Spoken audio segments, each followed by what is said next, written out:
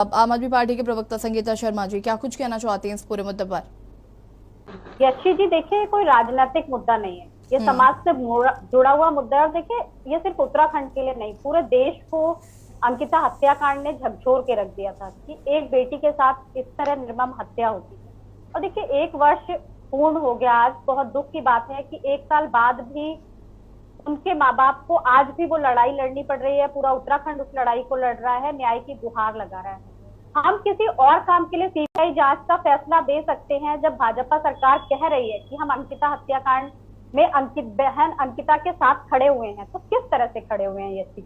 अगर वो बहन अंकिता के साथ खड़े हैं तो उन्हें तत्काल माननीय धामी जी को सीबीआई जांच के आदेश दे देने चाहिए, जिससे कि दूध का दूध पानी का पानी हो और वीआईपी का नाम भी सामने आए। आखिर वो कौन सफेद पोश है जिसकी वजह से बहन अंकिता की जान गई और उनके माँ बाप को इतनी बड़ी पीड़ा उठानी पड़ी। और देखिए, लगातार नौकरी की मांग हो रही है, क्योंकि परिवार का एक व्यक्ति जो वो आर्थिक रूप से परिवार को मदद करता था और वो जब चला जाता है तो उस परिवार की आर्थिक कमर भी टूट जाती है। तो अब जब उनके भाई हैं तो उनको नौकरी सरकार क्यों नहीं देना चाहती? तो सरकार किस तरीके से खड़ी है ये चीजें यही समझना बहुत मुश्किल हो रहा है। सिर्फ आप एक कॉलेज का नाम रख देंगे और न्याय हो जाएगा, तो ऐसा तो बिल्कुल नहीं है। आप कॉलेज का नाम रख करके अंकिता के साथ न्याय नहीं कर सकते जब तक जो कसूरवार हैं, जो अपराधी हैं, वो फांसी के फंदे पर नहीं झूलते, वीआईपी का नाम सामने नहीं आता। तब तक हम ये भी नहीं कह सकते कि हम महिलाओं के साथ खड़े हैं और उनकी सुरक्षा के लिए सशक्त हैं। क्योंकि किस तरह से आने वाली जो हमारी बहनें हैं जो जॉब के लिए जा रही हैं, किस तरह से उनके माँ बाप आश्वस्त होंगे कि अगर कुछ ऐसा हुआ तो सरकार ने एक कठिन फैसला लिया और सीबीआई जांच कराई और लोगों को फांसी के फंदे तक पहुंचाया। तो एक डर जो है वो अपराधियों के मन में रहेगा अपराध करने से पहले, तो वो अपनी बेटियों को सुरक्षित महसूस करेंगे और काम करने के लिए बाहर भेजेंगे तो घर में चैन की सांस ले पाएंगे। जब लेकिन इस तरह से लंबा समय निकलेगा और अपराधियों को सजा नहीं मिलेगी, तो आप सोचिए हर माँ बाप के अंदर का जो डर है वो बना हुआ है। और ये चीजें इस मामले को फास्ट ट्रैक कोर्ट में भी नहीं ले जाया गया। और आप देखिए, लगातार जो पुलकित आर्या है वो बेल की डिमांड करता रहता है, तो कब उसको बेल मिल जाए? क्योंकि जिस तरह से पहले भी वकील बदला गया इस केस में, तो बहुत सारी चीजें हैं यशी जी।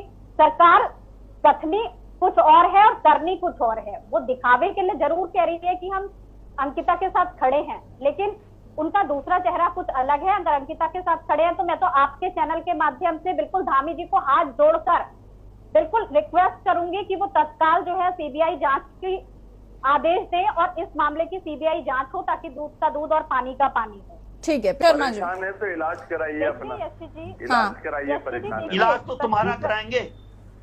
कॉलेज में नाम बदलने से केवल सच्ची श्रद्धांजलि नहीं होती। अगर सरकार को सच्ची श्रद्धांजलि ही देनी थी तो उनके घर के जो व्यक्ति हैं उनको नौकरी देनी चाहिए थी, उनके भाई को नौकरी देनी चाहिए थी। और ये चीज देखिए, आर्थिक स्थिति में दो कमजोर हो तो 2 दिन घर चलाना मुश्किल होता है, और उस परिवार ने 1 साल कैसे अपना घर चलाया होगा ये स्वयं समझ सकते हैं कि उनको कितनी परेशानियों का सामना करना पड़ा होगा। एक तो उनके घर का जो आर्थिक स्थिति को देखती थी वो चली गई, उसका दुख का इतना बड़ा पहाड़, और ऊपर से रुपयों की कमी, आर्थिक स्थिति को कैसे चलाना, और उस पर भी सरकार कह रही है कि हम करेंगे। तो ये तो बहुत दुर्भाग्यपूर्ण है ये चीजें जो एक कलम से हो सकता है, उसके लिए आप 365 दिन का आपको एक लंबा समय चला गया और आप फिर भी यही कह रहे हैं कि हम करेंगे।